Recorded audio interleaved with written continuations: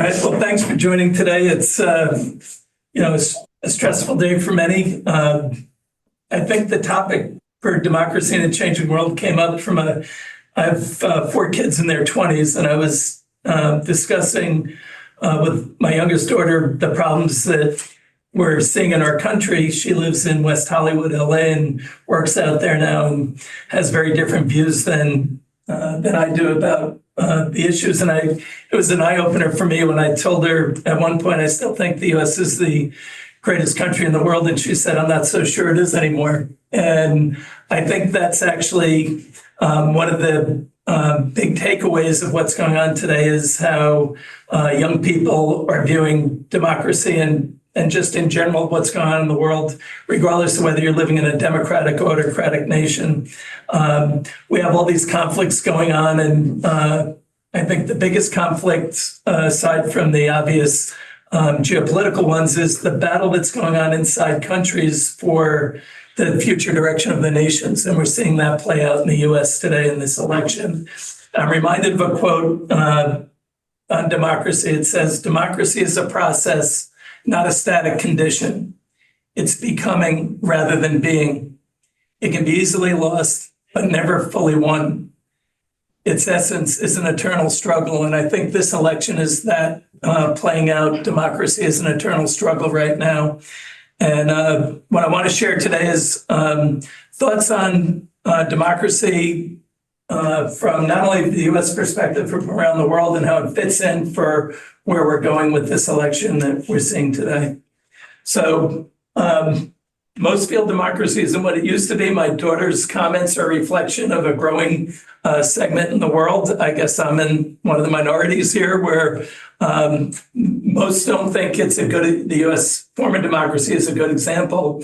And I think that's where a lot of the divisiveness we're seeing inside the U.S. is today.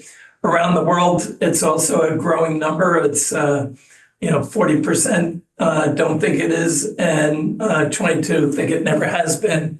But what's really interesting is fewer of our what should be allies and alliances view the U.S. as a good example as well. And I think that change started occurring. It's occurred for some time, but I think it really kicked in with the first Trump presidency, where allies became enemies in some cases from policy. And so that's part of the challenge I think we're seeing.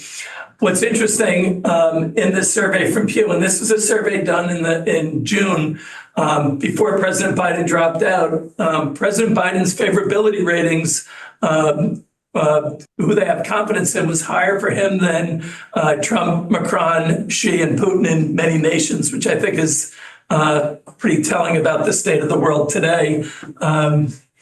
But we're seeing a lot of change. So back to a 23 survey that the Pew Foundation did, what would improve democracy in your country? And when Mark had his New York event a couple of weeks ago, on one of the panels, I was asked what scares me.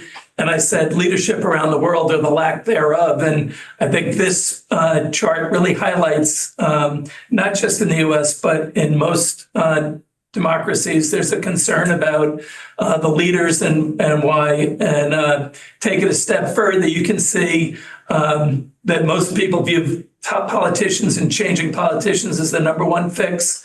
Economic reform, judicial system are two of the other big themes, and then leadership change in general was another one. But you can see this, the leadership has not taken us in a direction that the voters are looking for. It's why so many are scrambling. And you're seeing so many populist policies in place rather than the hard truths being dealt with, because you see how politicians are treated when they tell the truth about the problems that we have that exist, that we can't solve them all, that we have to triage. We can't keep giving away the things we're giving away and expect to get the returns. Since the financial crisis, we've actually spent more around the world to help people, and yet productivity's declined during that period. So what are we doing? We're throwing money away and not really getting the outcomes to move the world forward. And I think people view that as a lack of leadership. I think the other thing that's fascinating, and from the survey, and this is a little bit hard to read, but let me just say, in each of these areas, in different nations around the world, when they ask questions, you get the same kind of partisan divide that you see in the US, whether it's on pay for members of parliament in the UK or voting in the US, or the role of religious leaders in government in Nigeria, or taxes in Japan, or the treatment of Arabs in Israel, or protests in France, immigration, all these issues all around the world. We're seeing this, the world is maybe as divided as we've ever seen it. And a lot of this comes out of the strains and economic stresses that we've seen over the last 15 or 20 years. So when they ask people what's going to make a difference, they say government reform is one of the leading answers. And when it gets to government reform, they're talking about term limits, getting the balance of powers right between governing institutions. In some cases, even in democracies, is the presidential office too strong? Is Congress too strong? Is the military too strong? Is the judicial system too strong? Those are concerns they have in that area. So government reform is certainly one that's top of mind. Ironically, how citizens behave is another big issue. And that's how we work with each other. And if we can't get along, how do we solve the problems that not only domestically, but globally, that require global cooperation, like climate change and resolving some of these conflicts. Electoral reform will improve democracy. We're seeing that in the US with the debate about, is the election valid or not? We're already starting to see concerns about that. We've seen that going back to 2000 in the US. So free and fair elections without corruption and interference is a big part of what would improve confidence in democracy.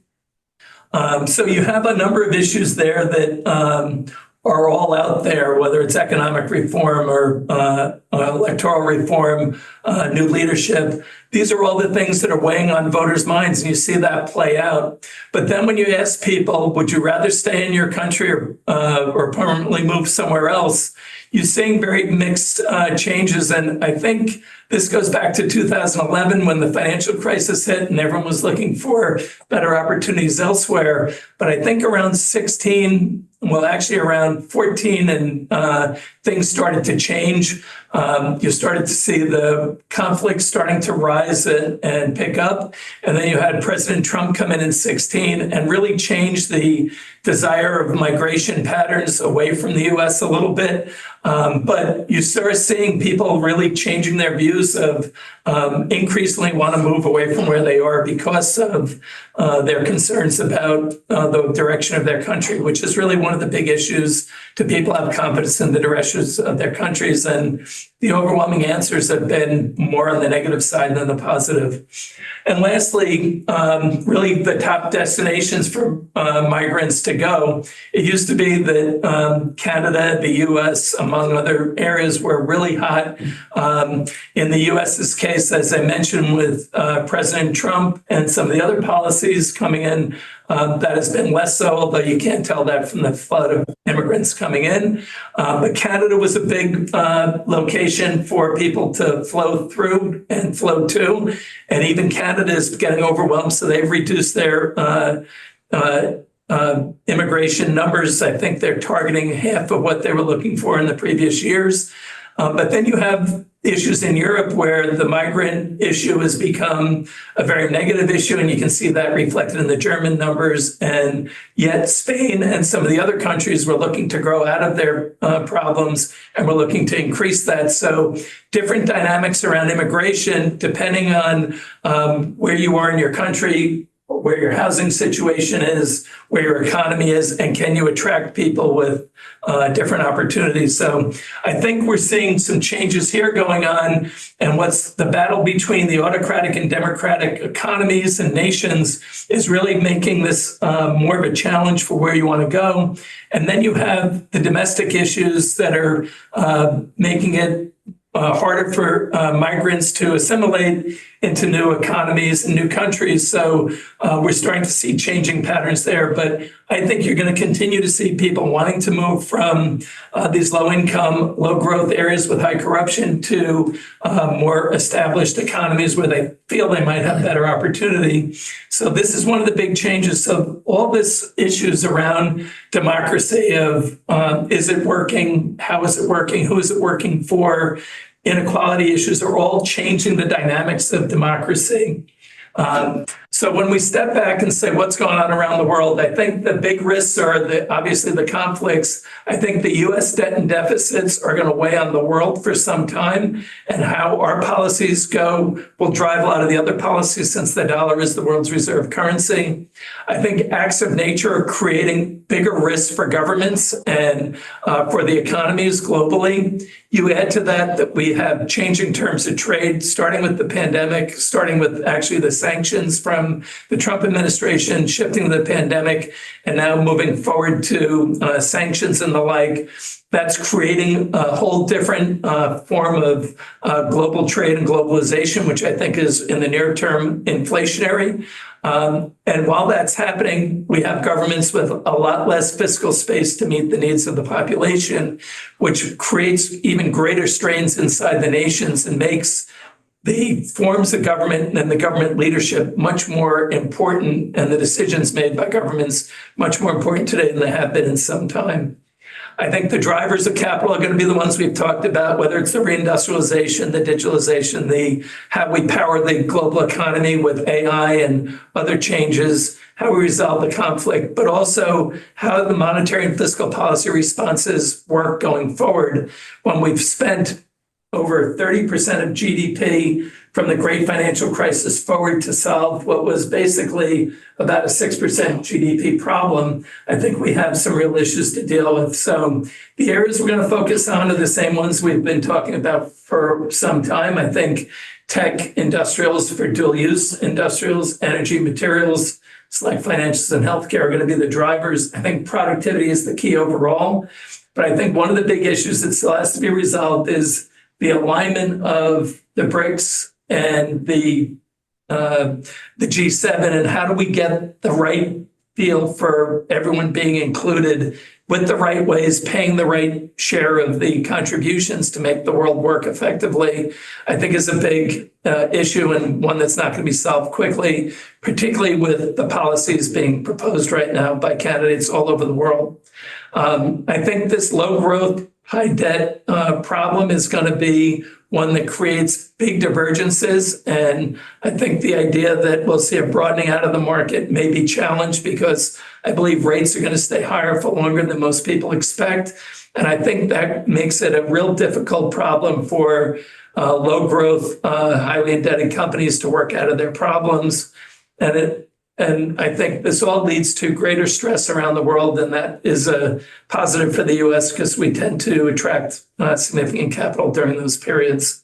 I'll leave you with one last thought, which is a little bit of a concern given the choices we have today around the world. But a functioning, robust democracy requires healthy, educated, participatory fellowship and an educated and morally grounded leadership. And I think the first part we struggle with. The second part we have real issues with right now of getting morally grounded leadership that's going to put the population first. And that's what we're faced with today. So I'm going to, Mark, stop there and open up for questions, comments, or discussions.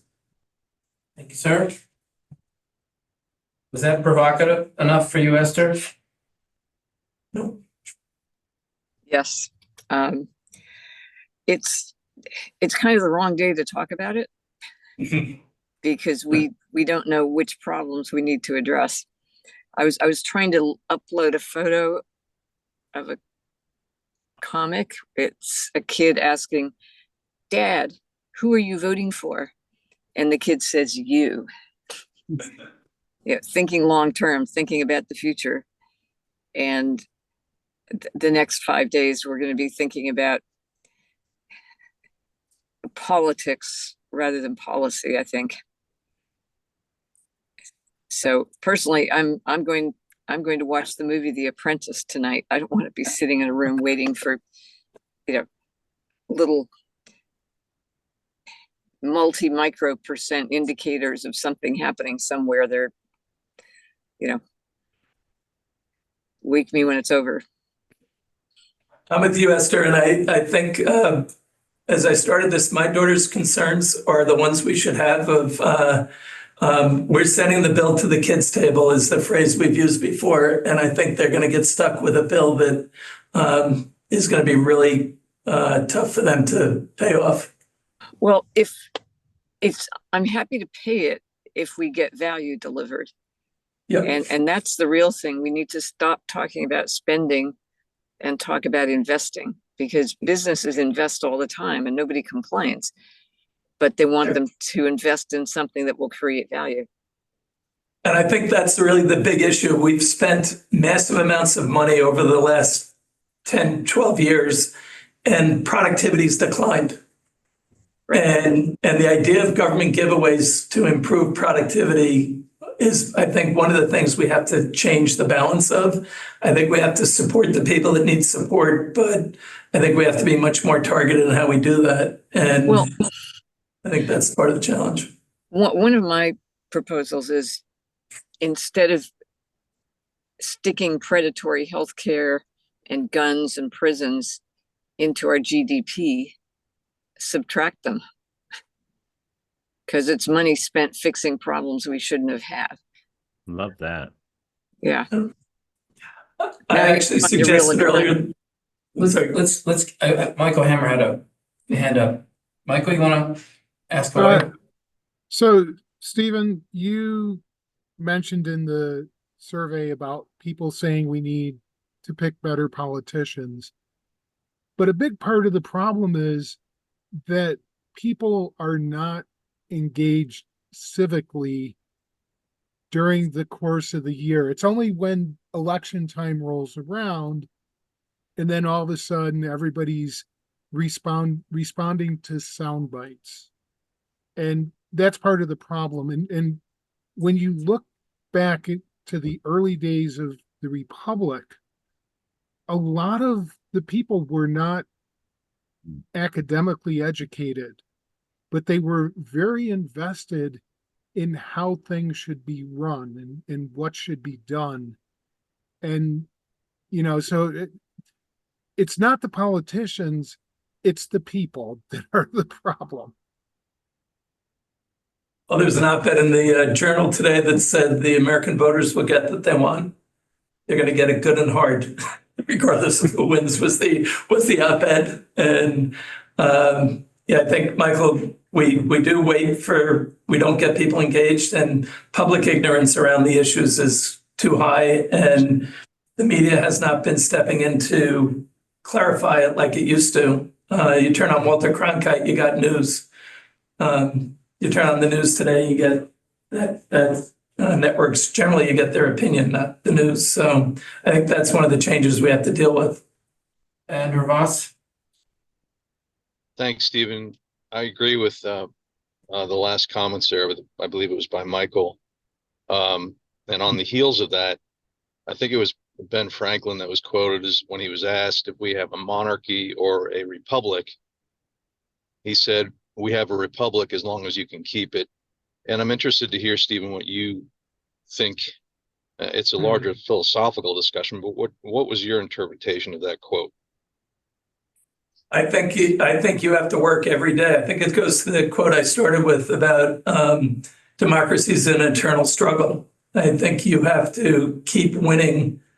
And as Esther said, you got to take care of the next generations if you want to stay in power. And I think you have to evolve constantly. So I think that's what most people think about democracy is, the U.S. didn't win. We started a process that worked for a while and then it doesn't. And global leadership has had that problem throughout history. And when they get complacent, you lose. And I think that's part of the problem. And I think we got to that point in the U.S. But if you ran the U.S. budget like you ran a corporate budget, you would have a maintenance budget, an investment budget. And the investment budget for the spend would be tracked on return on investment. And that's how you put your money to work to solve the problems. We don't do that. We just throw money around. So I think that it's a constant fight and people have to be vigilant in the fight. And it goes to Michael's point, if you're not educated about the problems, it's hard to produce the right solutions. Is it safe to say that irrespective of the party that wins, that we've built a government that is not even resembling what the founding fathers had in mind, that it's just a monstrosity? I would argue that it's exactly what the founding fathers thought would happen, because they put the protections in place with the checks and balances to try and avoid that. I think it was their fear. I don't think it was their hope. So we have a Canadian, Stephen. Hello. Yeah, I don't speak very often. Indeed, I'm from Canada. Something has always struck me as very strange about the US political system. You only have two parties, which essentially, once they're in power, they run as one. Yeah. Why isn't, I think the US needs a third option. I think they need, and I was sure this election cycle, one which finally show up and materialize, it didn't. Any idea why this is not happening? Because, no. I'm outside looking in, but it seems to me people are looking for another option other than one or the other, which are, both of these parties have operated. Part of it, Stephen, is money. But anyone else you want to tackle that? I think it's money, and I think it's just too established, but somebody else can jump in. Yeah, well, I'd love to continue what Mark just said about money. It is all about money, because until we change the system that allows corporations and wealthy owners of corporations to wholesale buy politicians from day one, we're never going to have a system that's reflective of truly representative democracy. It's not possible. They're too busy paying back their debts and investments than they are doing the work of the people they're hired to represent. And that's the problem. So we can, and then media, of course, media ownership by these same corporations won't tell you what I just told you, because it threatens their hegemony of the ownership of our attention spans, which is how they get paid. So I did see some numbers today that I think we spent something like 15.9 billion on this election versus 15.2 on the last one. But I think it's something like 42 times higher spend than what major economies in Europe would spend on an election. So the money that we're throwing there could go to some other better applications for sure. Oh yeah. So jumping in about the two parties versus more parties. There are more parties. They're just smaller, right? You can choose to vote for them, but people vote the way they vote. But I also point out, for example, the Republican Party didn't arise until 1854, right? So there are times when we get changes in parties and whatnot, but the system is designed to slow that, to make it not a constantly happening thing. Fair enough.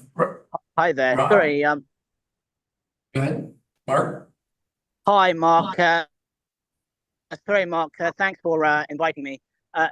For my sins, I have to say that I have been involved in conservative politics for a long time. I was on the board of the party and still a national convention member.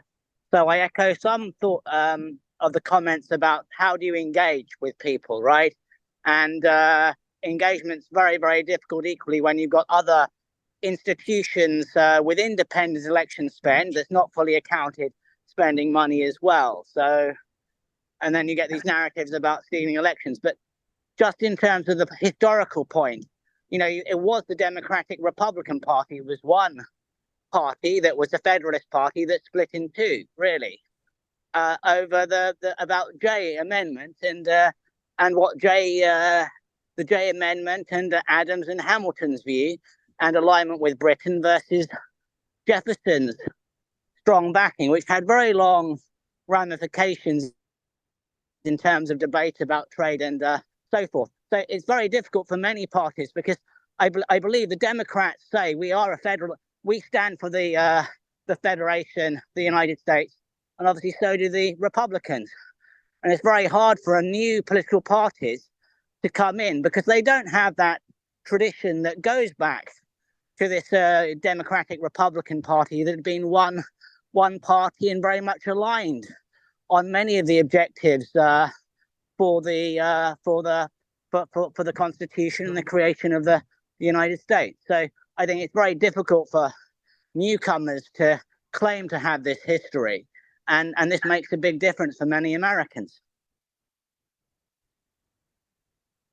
This deserves like a whole couple hour discussion, but you just took that, Mark. But thank you for, it's your first 361 event. Now you've weighed in on a lot about history. We talked about Ben Franklin.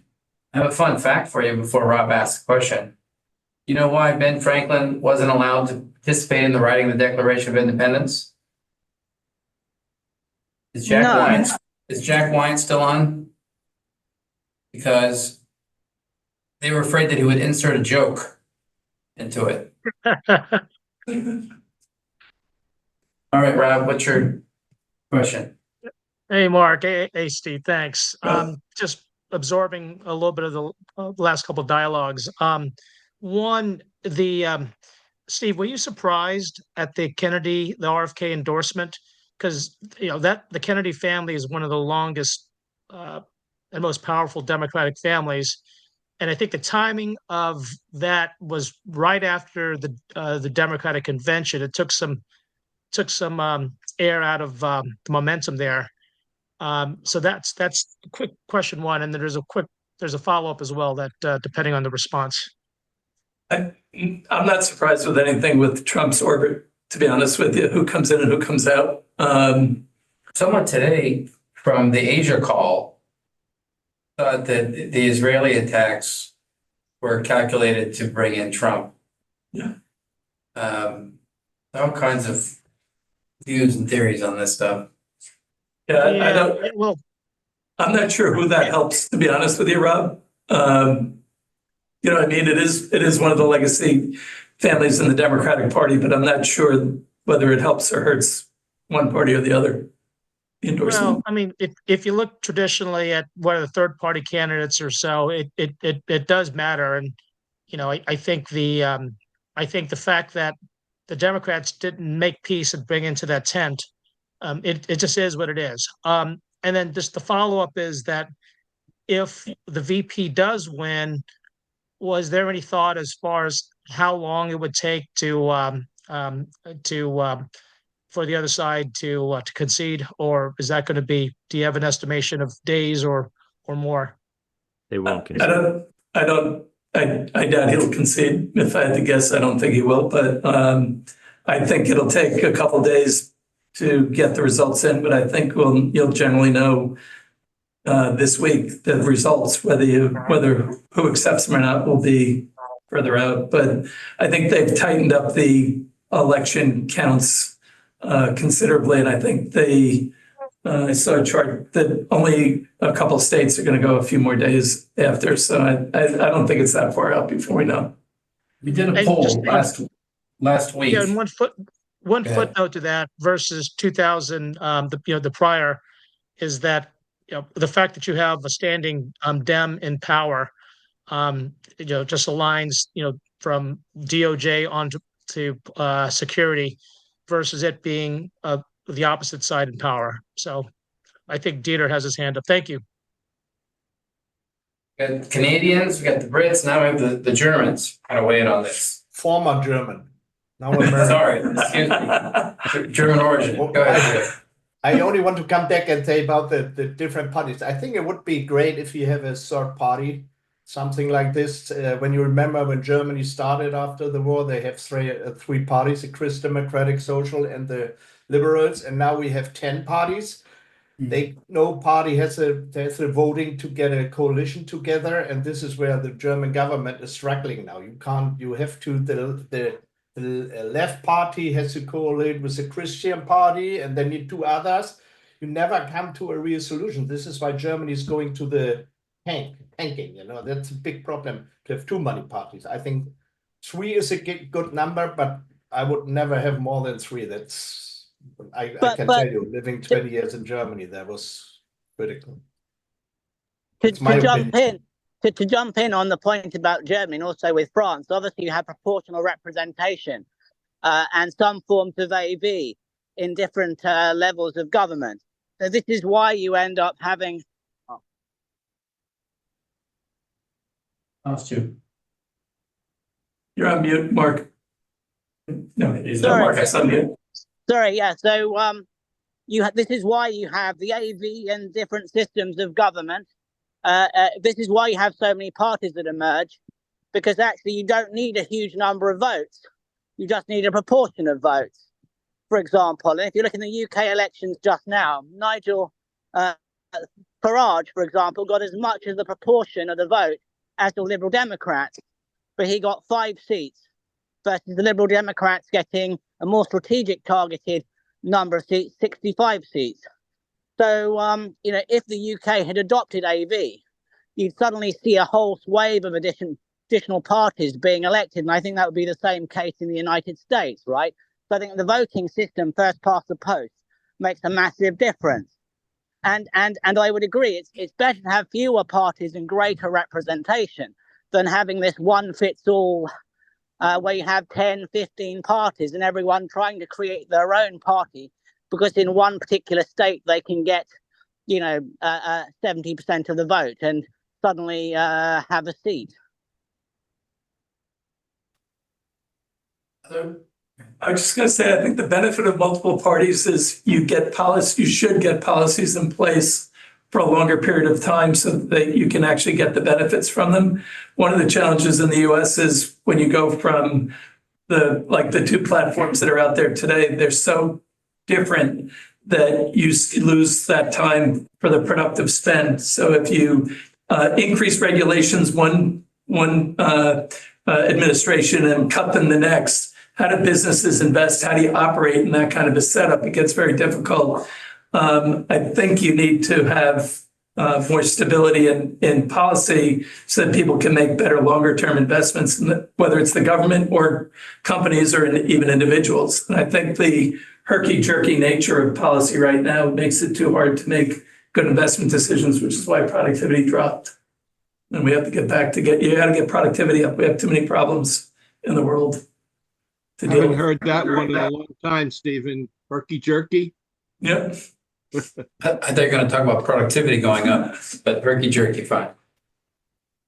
Can I just ask on that note, not herky jerky per se, but on this note about a third party, the challenge is that you have the 2 parties are captive to the extremes on either side, right? The far left, the far right. There's a big slug in the middle that's sort of an amorphous moderate group, right? Which can be loosely defined. We thought it was big. We'll see. Well, so the question is, if you took out that slug, that you would call moderate, that covers some Democrats, some Republican, any sense of how big that slug would be and what it would leave the other 2 sides looking like if you took that out? Go back to the top 5 issues. It's Mark, I mentioned the split that we have in the country right now. There was a Gallup survey in September from the 16th of September to the 28th. And they asked the top 5 voting issues, percent extremely important. For Republicans, the top 5 were the economy, immigration, terrorism, national security, crime, and taxes. For the Democrats, it was democracy in the US, the types of Supreme Court justices candidates would pick, abortion, healthcare, and education. There's no overlap between the 2 on the 5 most important issues that the parties think. So I think it gives you a sense of how hard it is to get them back together. You could ask the question differently and probably try to get the answer you want to your question, Jonathan, but it's just telling. And that survey was surveys of just large groups of Democrats and Republicans, or was that Yes. was okay. Master, come on Thursday. We'll know more. Yeah, by the way, Thursday we have 12 to 2 Zoom and lunch here at ARS on 10 tax lawyers. 10 different perspectives on the scenarios of where we're going. Some are focused on their issues. So we'll have 10 experts, lots of people that ask questions. I think that'll be and we'll have breakouts. So we did a poll last week. We said among the questions, when will you know the election results? And the leading answer, I could be missing this. I thought it was 1 month, followed by January, followed by 1 week, followed by the next day. So, but for giving clarity, that's really, well, you know what was interesting hearing what Asia was thinking. In a way, they had their different opinions, but they would like clarity. And then that's the part. I'll just echo what I heard. I think many would like Kamala, but they're not sure she's up for the job to execute, particularly at times of war, but they trust her. Trump is just unpredictable for the rest of the world. But they don't have a vote, as they pointed out. They're like, this is your vote. We would just like clarity. Michael. So sharing on the personal side, when we talk about election results and whatever, no, it's not me. It's my nephew. Okay. Successful CEO of a large tech company worth a couple $100 million. I was speaking with him the other day because I'm actually going to Chicago tomorrow. And he said, you know, I'm glad that you have the farm because I'm really nervous about how things are going to play out. Now, this is a guy who splits his time between Miami, New York, and Chicago. And the fact that he's actually concerned enough to say, I might be coming out to spend time with you. You know, I was kind of like, well, there might be some unrest, but I really don't think we're facing a civil war. You know, but there's a lot of people like him. How old is he? 39. It's really interesting when you go into the polling and look at the difference by age of the results of the polls. It is as if you're looking at two completely different polls. The young people's views and the older people's views are so different about what's happening today. It's really interesting to say it's light years apart. Alan, you have a question? Yeah, I was just I think Michael brings up a great point here. And living on the West Coast and coming from the Midwest, I have two very bifurcated views of politics in different ways. But I've been on the West Coast for 25 years. And one thing you learn out here is just the silent hand of big tech and really how algorithms have changed that younger generation's voting. You know, I don't think we talk about it enough. You know, I think that big tech has a lot at stake here.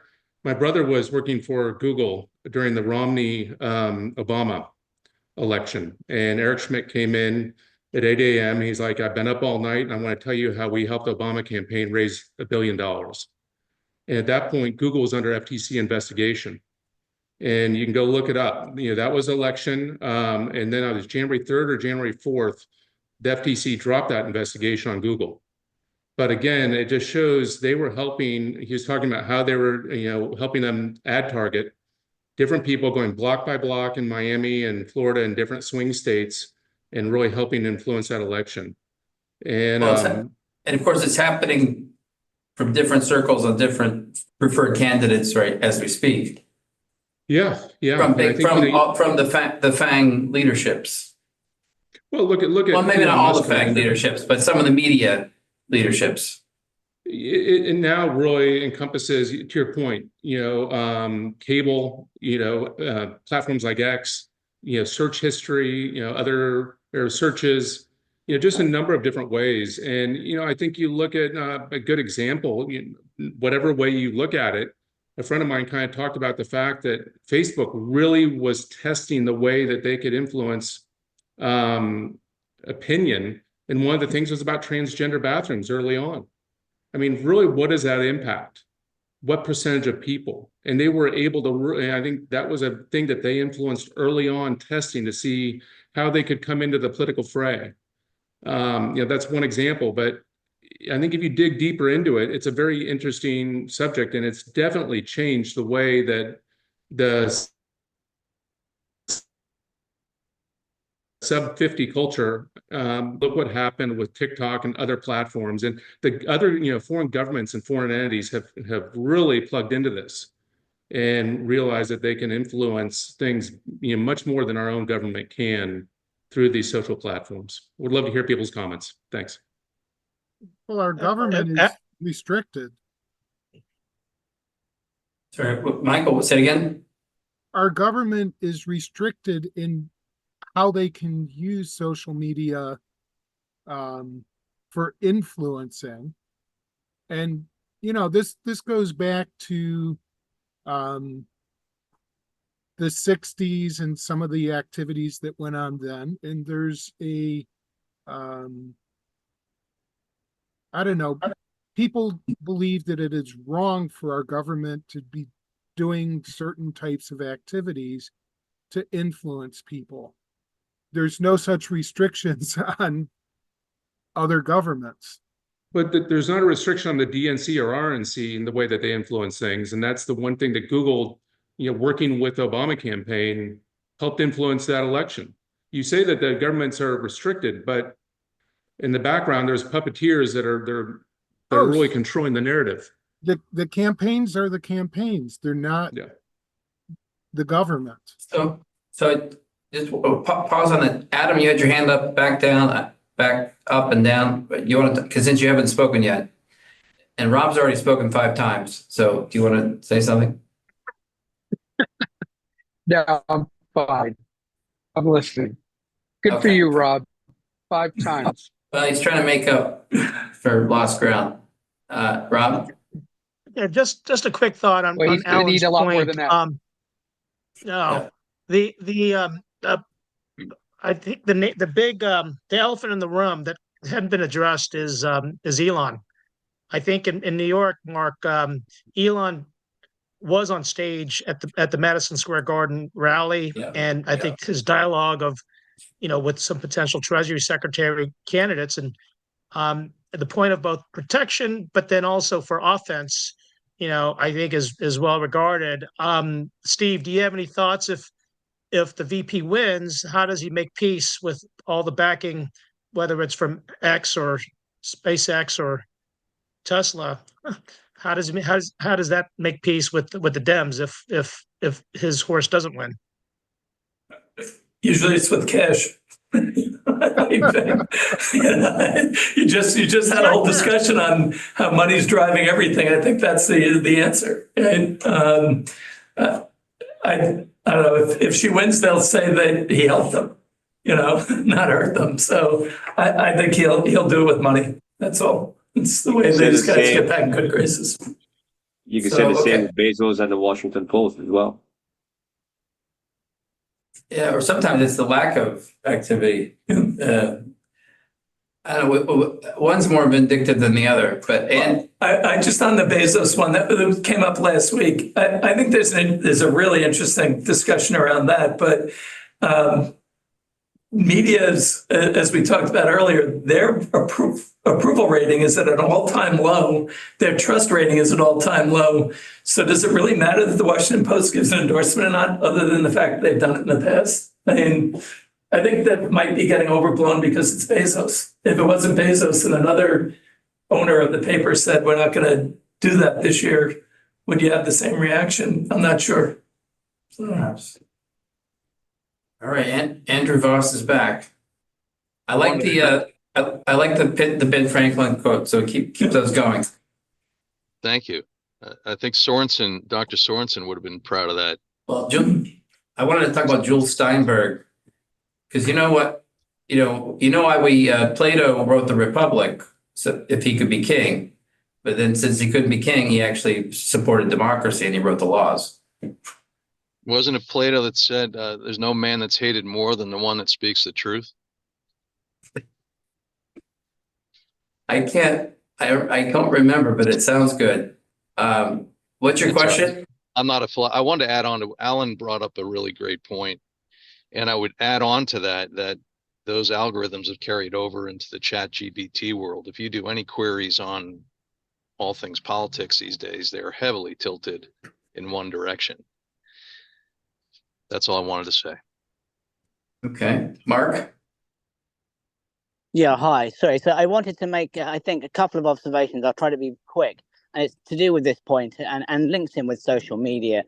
So I think, in the United Kingdom and the system, there's this Trump obviously made a complaint against the British Labour Party and alleged that they were interfering in elections in the US. And obviously, there's been a lot of commentary about that, and you may have read about it. Just to comment in terms of the UK and the electoral spending caps, we have very strict spending caps, but any single issue party can issue election materials and have a reduced spending cap. It's not as big as the main parties. It might something like about a 50th.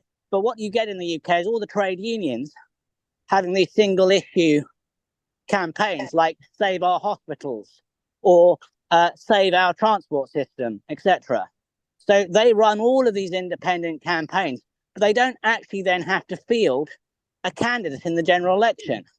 So we get these things happening.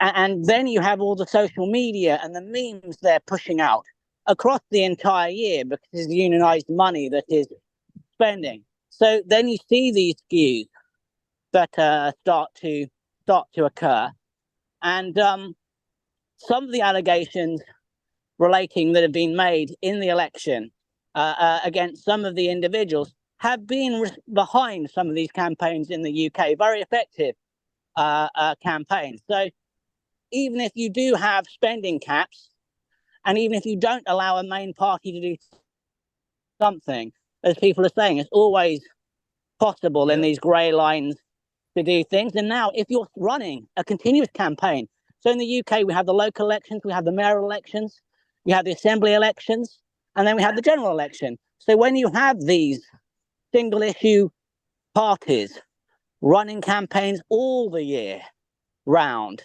and gathering polling and other kind of information. So Mark, what are you trying to say? Mark, are you trying to say, are you basically trying to say there's no solution? No, I think there are solutions, but now we've gone, I mean, you can put spending caps, right? And you could restrict. And in the US, it's even harder though, because you have such massive spending. With super PACs, it's huge, right? People find ways to get around the gaps or into the gaps. Yeah, but the super PAC spending and the donations is just the reason why in the UK it's a lot smaller, because legally every single party has to have the main parties that are running the general elections, running more than 50 candidates, have a spending cap that you have to meet. In the US, you have no such legislation. So I think I'm just reflecting, I worked for Senator Bob Dole when we were talking about political campaign finance reform, 1980s. We didn't have big tech. We didn't have social media. Didn't have Trump. I feel like something has to really go, unfortunately, really bad before this will be fixed for a while. I'm not as optimistic as I want to be. I'll leave you with a different thought that that all the concerns we have about the policies of either candidate bankrupting the country, which is a real possibility at the rate we're going. The bond market is already sending a signal to everybody that rates have moved up since the Fed cut on the 10-year by over 50 basis points. And it's sending a message to both candidates and both parties that rates aren't going to be the support that you thought they were. And if you go down the path you're going with your policies, you could see rates even go up even higher, which would make your policies impossible to be put through. And there is a growing sense in DC of people starting to get concerned about the deficits again. And remember, after Tuesday or after January 20th, whenever the State of the Union is, all the people in DC who are up for election in the midterms are going to start focusing on the midterms again, which are only 2 years out. So there's limited stuff that can be done in the first year. And if rates are staying at these levels or moving up, it'll be very hard for a lot of the giveaways that both candidates are talking about to get put through, whether it's big tax cuts or big spending increases. Either one of them would be very difficult in that environment. So just something to keep in mind, that as scary as the headlines are, remember the system does work where you need Congress to get involved in a lot of the policies. Not all of them, like tariffs on China, Trump could do unilaterally, but tariffs on everybody, he would need Congress approval or get in a legal fight likely. So remember that policies versus practice are different things. Kasich was also making a plea, don't leave the country. That when if your candidate doesn't win, we'll get over it. Walter. Yeah, Mark, great conversation. Thanks, everybody. This was super. Just a quick comment. I've spent many decades in Latin America. It could be worse than what we see here. It really could. I mean, all the countries in Latin America are going through a very difficult time democratically. So is that a prediction?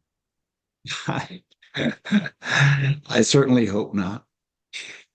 It's a warning. Well, I think the migration to the U.S. is a sign of that it could be a lot worse elsewhere. Walter, I think you're 100% right. I think people come here because it's better than where they're leaving. Chas, you have a question, comment? You're on mute, though.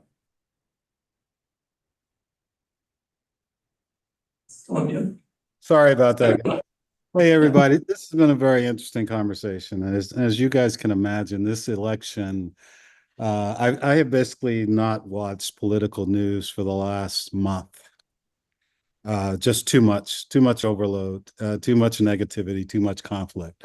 So, Stephen, I'm very curious about the. So that means you don't use Facebook or social media? No. I've just really turned it all off.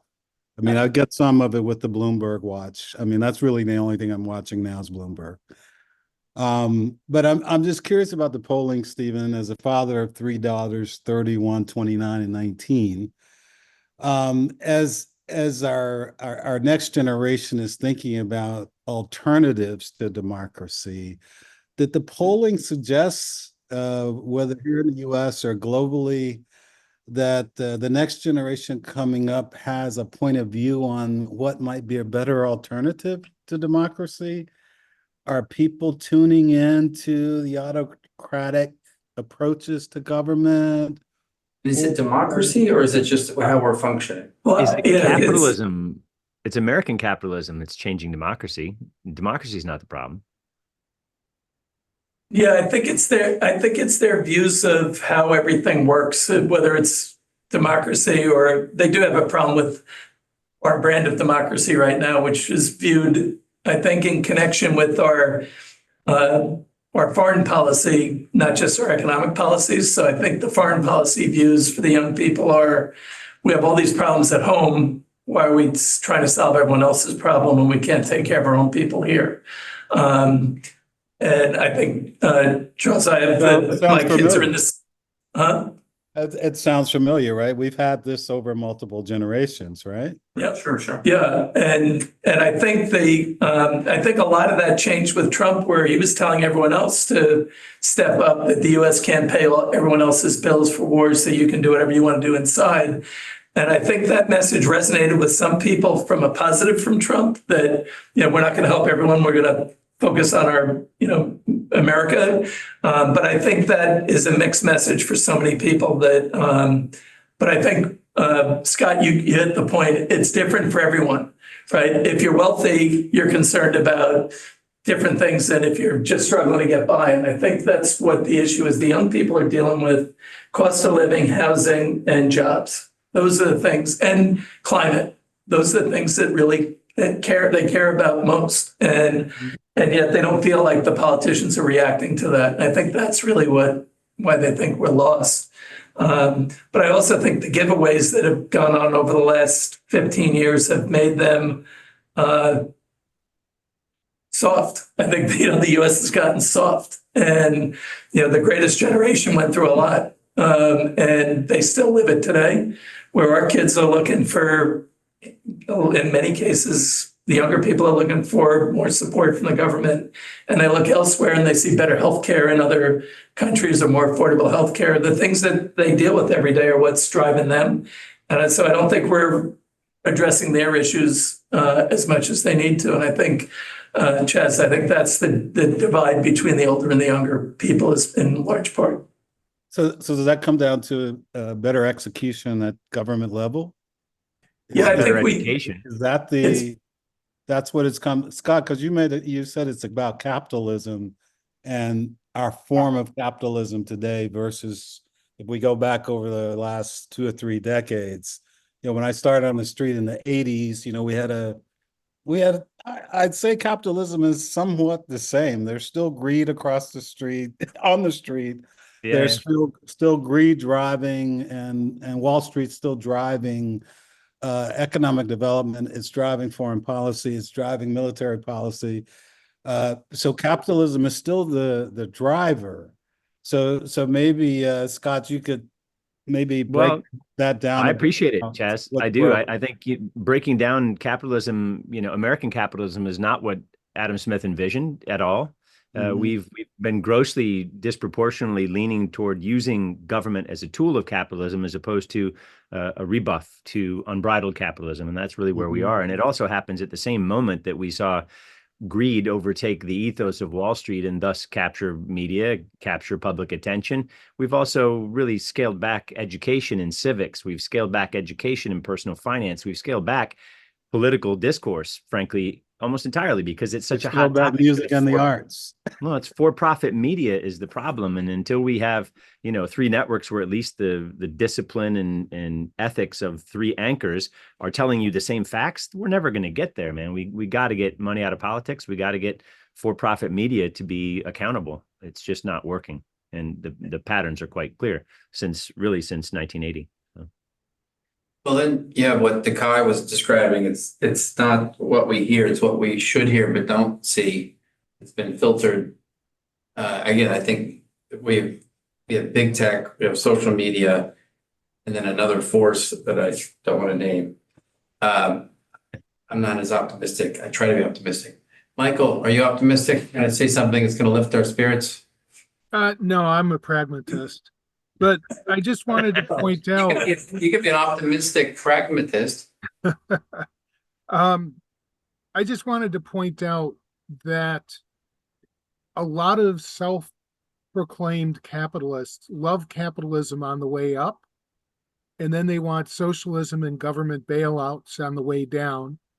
And so when you see things like 2008, 2009, where the large financials got bailed out and people were losing their homes, they feel that that's things like that are why they feel capitalism doesn't work, right? How many bankers went to prison for some of the shenanigans that they were engaged in? And the answer is none, right? And one Madoff, but that was different. That was different. And I'm a capitalist, and I get that things don't always go up, right? And I accept that there's a lot of folks who don't. Fair enough. It's the assumption that there's a free market. There's no free market. You have to pay to play when you're buying politicians to set the rules of regulation. That is not a fair market nor a free market. It's very expensive. Chaz, you want to say something? I mean, as a former Lehmanite, the fact that Lehman cratered while Bear was preserved and all what about Arthur Anderson? What happened to us? We all know the history. So there was clearly selected winners, but Lehman didn't have to fail. We didn't have to have a global crisis. There was so much ego and personality at work at that time with respect to Dick. And I'm referring to Dick Fold, of course. And Dick was that kind of guy. He wasn't necessarily the most well-liked guy. But a capitalistic system shouldn't function on the basis of whether you like someone or not, especially when the economy of the world is hanging in the balance. And so it really upset me that no one went to jail. As a Wall Streeter, no one went to jail. So what does it say about where we are that we can take down the global economy and there's no accountability for it? Right. Have you been on these Zooms the last 4 weeks? We've been talking about that. It's been a refrain. Mark, I've missed the last 2 because I've been on the road, but it's a common. So 3 months ago, we couldn't have a discussion without talking about China. Now this has been a theme, that the lack of accountability. Now, Andrew and Adam, you've spoken, so has Mark, but Samir, you haven't, so you can't go off camera to speak. You have to stay on camera. Sorry about that. So so I just wanted to back up Chaz's point. I was also at Lehman during that time, and I can tell you very specifically what I was running the derivative valuation systems that ultimately brought down the world, right? And the reason that happened is because there was a run on the bank at Lehman, right? All the big hedge funds and the prime brokerage business, they called in their bets. They said, Lehman, you're not, strong anymore. We want our money back. Caused a classic bank run, pushed out risk. And I was told very clearly what to do, which is shut the F up. Okay, do not talk about it, right? The stock is falling at 45% per day, right? But we're just gonna basically so what happened on the day off, which was September 15, 2008. The guys at the top, they filled their pockets, they walked out of the building, which imploded behind them and destroyed the entire world economy. They did not give a shit. Okay, so the point is that when we talk about capitalism, nobody actually believes in capitalism. Nobody does, especially not the capitalists. Okay, what I've seen is that everybody, like has been said before, what's very clear is that everybody loves capitalism on the way up. Markets going up, fantastic. Place your bets. As soon as the bets go wrong, I want socialism for me, nobody else. Okay, so the reality is that the reason that nobody believes in that stuff anymore, the reason that people are so angry and looking for change is because, you know what, if the rules are going to apply, if you're actually talking about this capitalism stuff, then it means that everybody, especially the big guys, right, who actually made the big screw ups in the first place, they need to suffer. And if we don't see that, the bankers didn't go to jail. I saw a whole lot of criminality going on, right? I was literally told to shut up or I'd be at the bottom of the Hudson. I kid you not. I was right in the middle of it, not for any fault of my own. So the point is that, when you see this just level of just blatant criminality, right, and the fact that, when people actually talk about capitalism, it's like, all right, show me that you're actually going to lose your shirt when your bets go wrong, and you're not actually going to ask the government for a bailout in that situation. But that's not the way it works. We know that the guys at the top are always going to get bailed out. The guys at the bottom are the only ones who actually experience the rugged capitalism, and that's why people don't believe in the system anymore. And until we actually change that, guess what? You're going to see a whole lot of unrest, right? People saying this isn't fair. The solution for the financial crisis was greater inequality because the policies were designed to create growth, and the growth went to the people who had the assets, and that fostered the lack of competency just described after a financial crisis, that not only do the people get bailed out, but then the rich get richer, because the quantitative easing was designed to increase asset values, and that favored the people that already benefited. Yeah. Well, I feel like we got a panel up here, the Voss, Blanco, Higdon, Hammer panel. Go ahead, Andrew.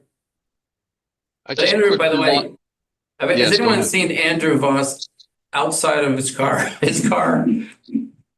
I don't work for Toyota, by the way. Oh, only after he drops you off in Naples. At your service. I'm coming to Miami on December 5th, 6th, 7th. All right, keep going. Quickly, I know we're pressed for time. I wanted to encourage everybody to revisit the concepts of democracy, pure democracy versus a constitutional republic. There are major and significant differences in the context of the world that we're living in, especially here on election day. Yeah, well, starting with government constraint. I mean, that's a big tenet of what should be a big tenet of a republic. Who was talking about the size of the blob in the middle? I can't remember who was asking that question. I think it was Jonathan Rosenzweig. Can you explain to me how a democracy and a republic is not a distinction without a difference? Because my partner says that, and I don't see what the difference is, other than as it is applied today. I would say we are a democracy. We're not a mobocracy, but we are a democracy. There's not enough time today to do that. That's a whole other. Although, ironically, most of the autocratic nations start with republics. in their name of their nation. All right, well, we need to be in Florida with a beer in our hand, I guess. Keith Compton, did you want to say something out of nowhere? You popped in here. Who, me? No, I had you. No, Keith Compton. Oh. Say something. And Roman. No, I don't need to have any comments. Okay. Hello, Roman. Roman, I'm looking at a fund that's focused on Ukrainian companies that developing cutting edge drones, cybersecurity, and other technology. And person said he had 62 mutual connections with you, so I have to. You'll know probably who I'm talking about. But I want to work with you, so we gotta talk. Sure. Good to see you in Chicago. Yeah. Hey, Mark, could I just interject one other thing to close out this point about capitalism? So, sorry, could I just jump in? And I don't want to skip anyone. Actually, Chaz, because Mark did have his hand up. Okay, go ahead, Mark. I'm sorry. Good. I'd just like to make a British point here, actually. So, we talk about democracy, and I think the question about democracy, what's the difference in terms of in terms of constitutionally, etc. Right? So it's very interesting if you look at Obama and what happened, particularly with TARP relief, right, on banks. Goldman should have paid back, all the banks should have paid back the loans. And they didn't. In the United Kingdom, that did not take place, right? RBS, and that does not exist anymore. It's a part of It's a part of Greenwich NatWest, right? So RBS Sempra doesn't exist. It's part of Greenwich NatWest, and that's owned 70% by the government, the UK taxpayer, right? We forced Lloyds and all the UK banks to bail out the banks affected by this, right? You had suddenly 6 of the British banks being among the top 12 in the world because on stock price and asset and so forth. But Obama forgave the debt on on the top money, right? And the SEC prosecuted bankers in the UK who'd been a part of RBS. That just failed. So they wanted 3 bankers from RBS to go and serve 22 years. Right? They just won in the Supreme Court in America, right? And they were let go, right? Then you had guys from HSBC that would have been sequestered and never had to face those charges. So it's not right, actually, that no one has faced these charges or haven't been prosecuted. The SEC went after French banks and British banks who'd bought American debt, right? And this did happen.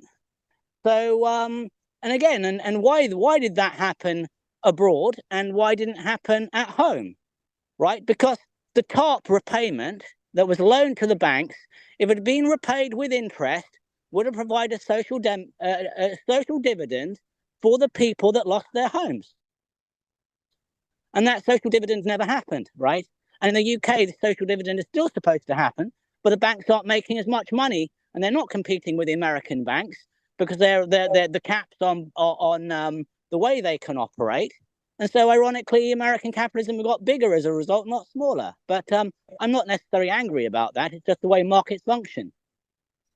But you were a part of Aberdeen, right? That became a Goliath. Yeah. So at this point in time, I'd worked with Lehman, and I was working with Morgan Stanley, their residential mortgage-backed securities prop trading team.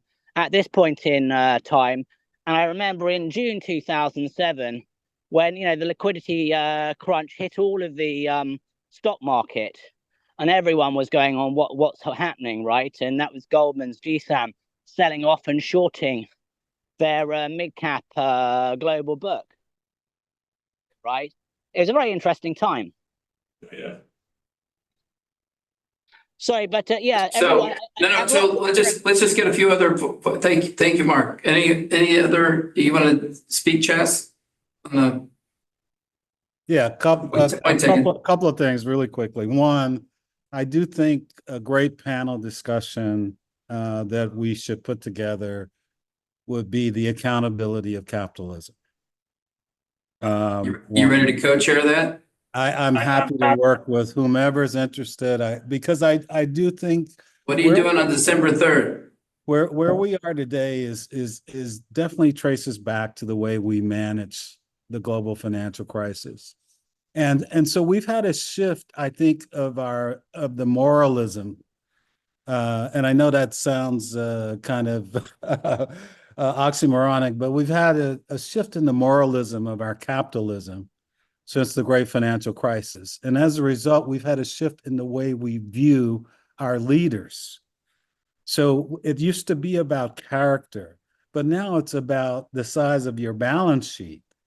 And of course, if the size of your balance sheet is the measure, we know we've got people who've made a lot of money who come from all walks of life when it comes to character, right?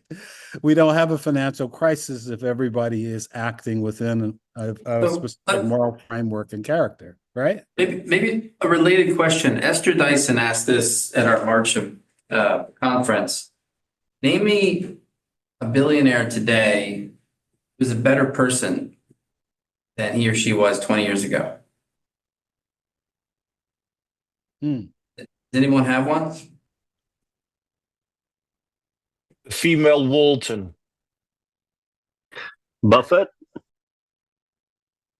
One of the Waltons, you said, Giovanni? Okay. Who else? Buffett. Gates. Buffett, Gates, Waltons. Better in what way? Cuban. Cuban, that was hers, by the way. Yeah. Better people, better Branson. person. What if he's really changed? He was already okay, some would say. But he's just putting more money into the impact stuff than he did before. He was kind of quiet with his wealth. Remember our space perspective deal? Do you guys remember that deal with the balloon? He put 15 million in, or he's committed 15. He's put some in. He's co-leading our B round. But he invested in one of my students. Mark, the flip side to what you asked, and that's why I raised my hand before you asked the question, is I'm surprised that nobody mentioned, because I've had a number of younger people mention to me the irony of Elon Musk saying that folks are going to have to endure hardship. Mm-hmm. And he knows about that. They were like, wait, this wealthiest guy around is saying we have to endure hardship. Yeah. Right. And they see it as they'll endure hardship. He's not going to bat an eyelash or lose an ounce of sleep. Actually, that's an interesting point, because if you talk to young people, they don't believe that, many young people don't believe that anybody should be worth the amount of dollars that those guys are worth. That whether it's Bezos or Musk or any of the wealthiest guys, it's mind-boggling for them that wealth should not be in the hands of one person, regardless of what they did to get it. And I think that's one of the issues, to Chaz, to your capitalism issue, is the inequality that goes with that versus what's the just reward for the work. And they don't see that balance there, which is, it's a interesting and fair comment, but it does challenge the whole concept of capitalism. I'm not sure where Mark was heading with his question, but I see this as a cycles and as an age thing. Musk is in the middle of, he's still pretty young. He's making a lot of money. But if you look at the robber barons of the last century, whether it be the Carnegies, This is Roger Arjun speaking in the form of an iPad. Yeah. But they made a ton of money in some ways ruthlessly at the time. But then as they got older, maybe they wanted to create a legacy, whatever, they became more philanthropic. Now, Buffett is a different category, I guess, but Gates is a good modern day example. He made his money ruthlessly, some may say, given the antitrust issues, that he was accused of with Microsoft. But as he got older, maybe money buys personality, a conscience, a legacy. I don't know what you want to call it. But as you get older, you typically tend to become more philanthropic, and you become more socially aware. And I have a feeling, I mean, even Bezos, look at Bezos. He's one of the cheapest billionaires you'll ever see. But he's becoming a little bit more philanthropic as he ages. And I'm going to guess Musk, as much as people detest him, as he, in another 20 years, you might see the same trend. Along with many other billionaires as well. No, yes. Well, there's definitely the legacy cycle. Sometimes it's the classic guy on his deathbed suddenly sees the light. But I think it's more than that, Mark. I think at an earlier rate, Cuban is another. He's another example. Cuban is trying to become a little bit more. What's the word? Yeah, I mean, look at Cuban 20 years ago. He was a difficult guy. I'd say he grew up. Exactly. That's a good way to put it. You grew up. I mean, yeah. You know the Churchill quote. If you're 20, you don't have a heart. If you're 20, you're not a liberal, you don't have a heart. If you're 40, you're not a conservative, you don't have a brain.